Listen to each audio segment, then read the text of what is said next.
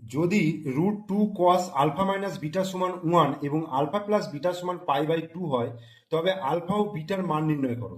তাহলে কি বলে দেওয়া আছে দেখো, √2 × cos আলফা মাইনাস বিটা এটা সমান 1 বলে দেওয়া আছে। তাহলে এখান থেকে আমি পাবো cos আলফা মাইনাস বিটা, এটা সমান কি পাবো 1/√2।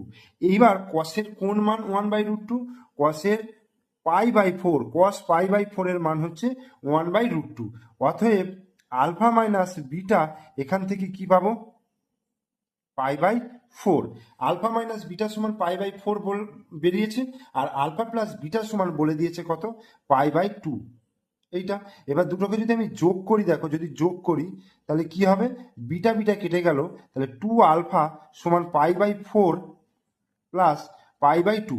এটাকে যোগ করলে দেখো 4 পাই প্লাস 2 পাই, অর্থাৎ 3 π/4।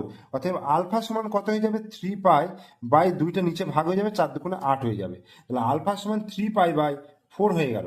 আর বিটা সমান কি হয়ে যাবে, বিটা সমান হয়ে যাবে π/2 মাইনাস 3 π/8, অর্থাৎ 8 4, তাহলে 4 পাই মাইনাস 3 পাই, তাহলে π/8। অতএব বিটা সমান হয়ে গেল π/8।